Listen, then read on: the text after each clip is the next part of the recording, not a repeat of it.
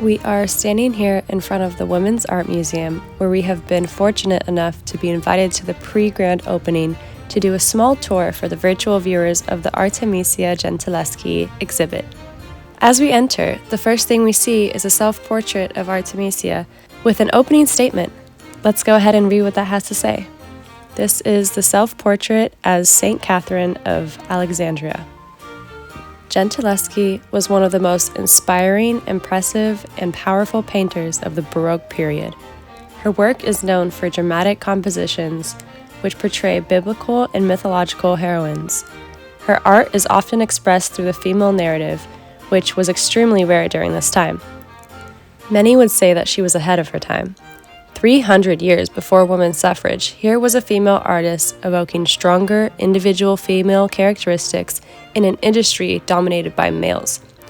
She was an empowered woman, empowering women, through their perspective in her art during an era dominated by men. As you take a look at her work, notice how she depicts her female subjects and think about how it makes you feel. Wow. Props to her for being one of the first women artists to attain recognition in a male-dominated world of art.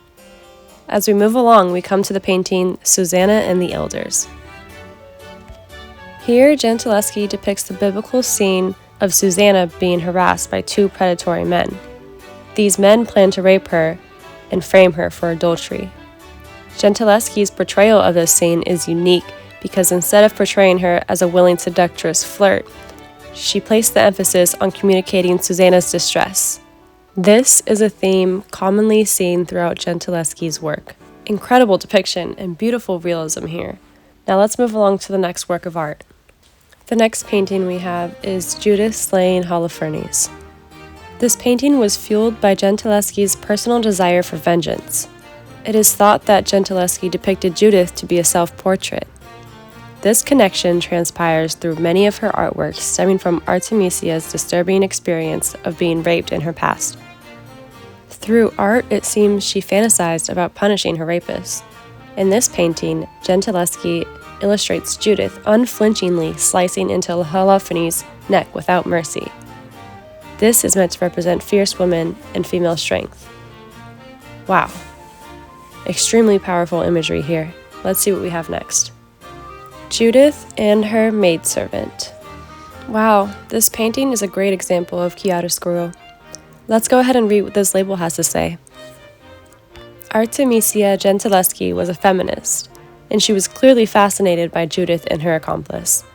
Here she painted the aftermath of their mission after painting Judith slaying Holofernes.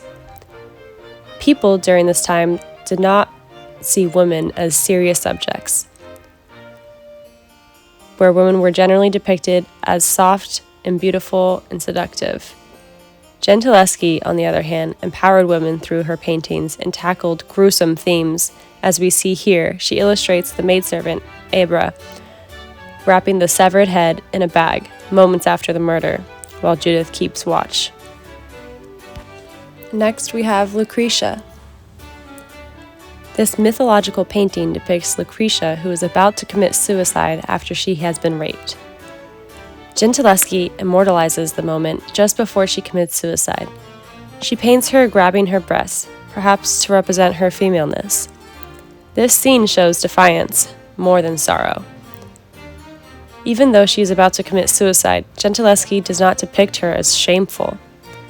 This is yet another painting by Gentileschi that focuses on virtuous women ill-treated by men. As we move along to the next painting, we have Cleopatra.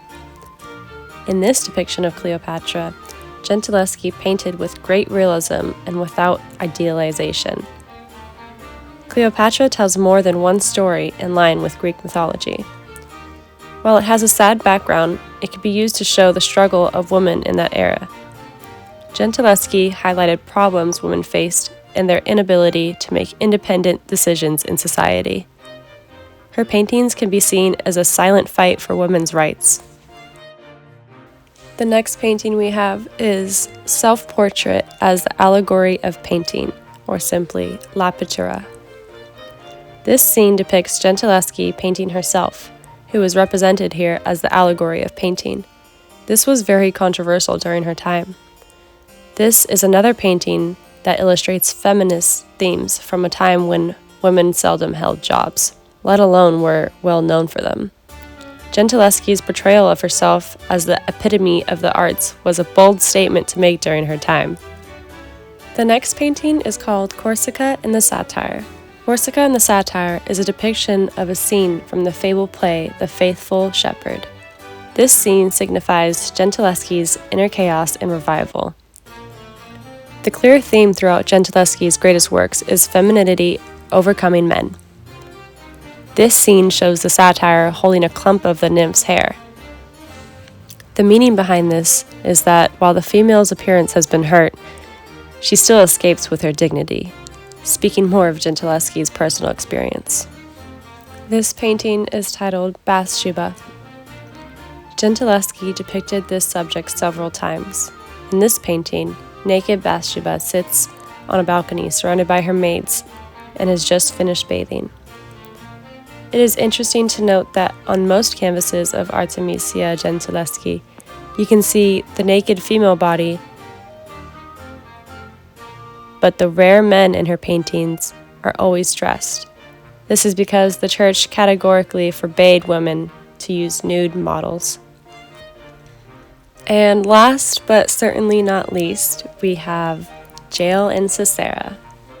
It is no doubt Gentileschi had a personal motivation to seek out the biblical stories of females serving out justice to wicked men. Jael and Sisera is based on a biblical story.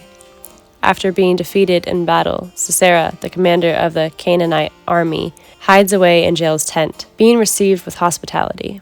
But as soon as he falls asleep, Jael drives a tent peg through his temple, pinning his head to the ground. In Gentileschi's painting, Sisera is sleeping peacefully while Jael is about to kill him.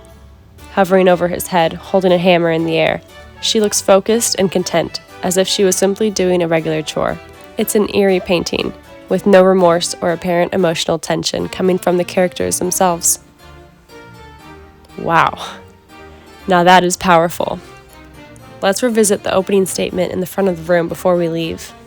Gentileschi was one of the most inspiring, impressive, and powerful painters of the Baroque period. Her work is known for dramatic compositions which portray biblical and mythological heroines. Her art is often expressed through the female narrative, which was extremely rare during this time. Many would say that she was ahead of her time. 300 years before women's suffrage, here was a female artist evoking stronger individual female characteristics in an industry dominated by males. She was an empowered woman, empowering women through their perspective in her art during an era dominated by men.